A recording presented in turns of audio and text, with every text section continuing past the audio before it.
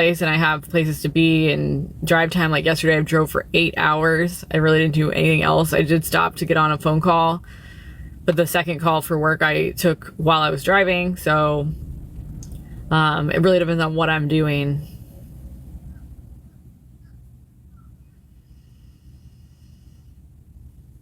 March 2nd is my birthday.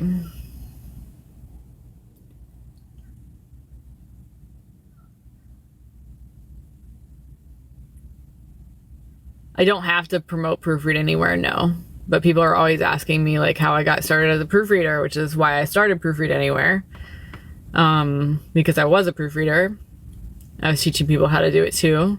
People didn't know there wasn't anything to teach people how to do it.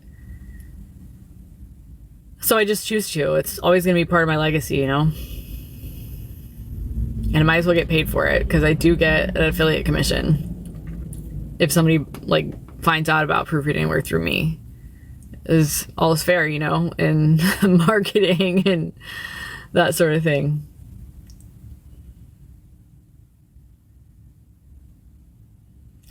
My van was about $225,000 altogether. People would call me neurospicy, but I really feel like neurospicy just means awake. Like we feel things more because we're not actively suppressing or trying to distract ourselves from where we are and our inner voice and our purpose. I think neurospicy is a cool term, but I mean, the whole neurodivergent thing is just another way of labeling. And I think it's like when I think about getting forced into the mental hospital, right? I realized that people were doing that because I didn't fit into the narrative that they were taught. Like, you're not supposed to talk about religious things out loud, or so-called religious things. You're not supposed to question the government out loud. You're not supposed to like be real and raw and authentic in front of people. Like, you're supposed to have on your mask. And I had taken off my mask, and that was terrifying to the people around me. And I have forgiven them. You know, they didn't know what they were doing. They were doing the best they could with what they knew, which wasn't anything about mental health at all. Like, they're still very much in the dark, even despite me having recovered. They probably just think I'm a ticking time bomb and, you know, I'll be in a mental hospital again soon. That's probably what they think. I don't know. But yeah, it's like the whole system is corrupt. It's all based on lies.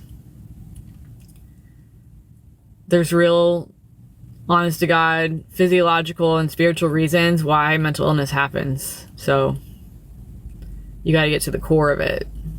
And a lot of it has to do with our brain, like how healthy our brain is. And people don't know about how to take care of their brain. So of course, if they don't know, then they're going to do things to it and take substances and whatnot that are not healthy.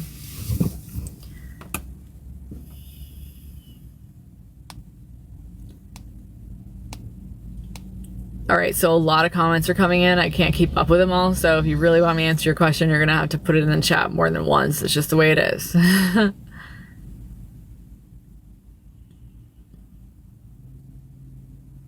So it was the CEO that I'd hired that was receiving all the emails. So I was very much hands off the last couple years of my business. It was awesome.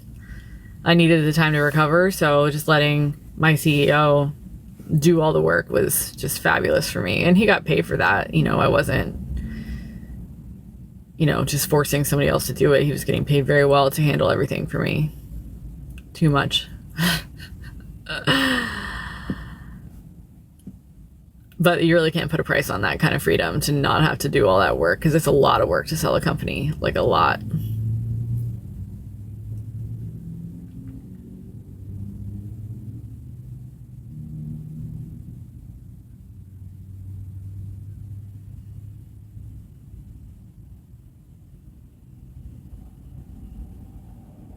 I'm not promoting off-grid. I'm not interested in being off-grid myself. I want the option, but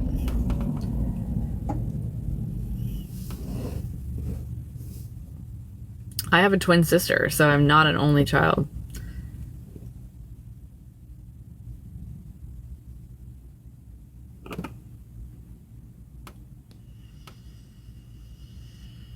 Oh, cool, Ali. You're a twin too. Are you guys fraternal? My sister and I are fraternal. Fraternal, for those of you guys who don't know, means that it's two separate eggs that were fertilized, whereas identical twins, the twins that look alike, they were one egg and it split, and then they were both fertilized. So basically twins are two different people born at the same time. It's bizarre because my sister and I are nothing alike and we don't get along either. I try, but like she's not awake, I am, so it's really hard to have any kind of deep conversation with her.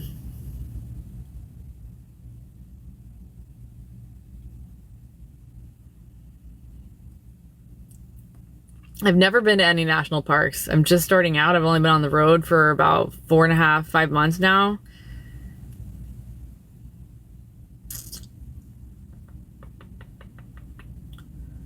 Probably the best part of my week was getting a massage the other night. God, that was the best massage ever.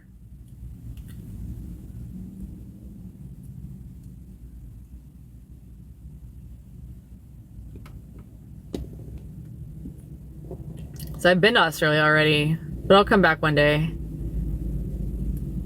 So we let the broker know that we were ready to sell and we wanted to list our company with them. And a broker like has a list of buyers and whatnot. So when we were accepted as a client, they sent out emails to people who are interested.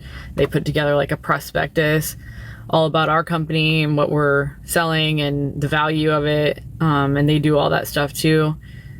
And then you wait and you see if any of the people that they're connected to in their network is interested in buying the company, and Onfolio was. So that's who owns it now. From what I can tell, I mean, I didn't get to see numbers or anything for what I sold them, but from what I can tell, everything seems to be going well. Like they're still the same team members, so they can obviously still afford to pay them, which is good.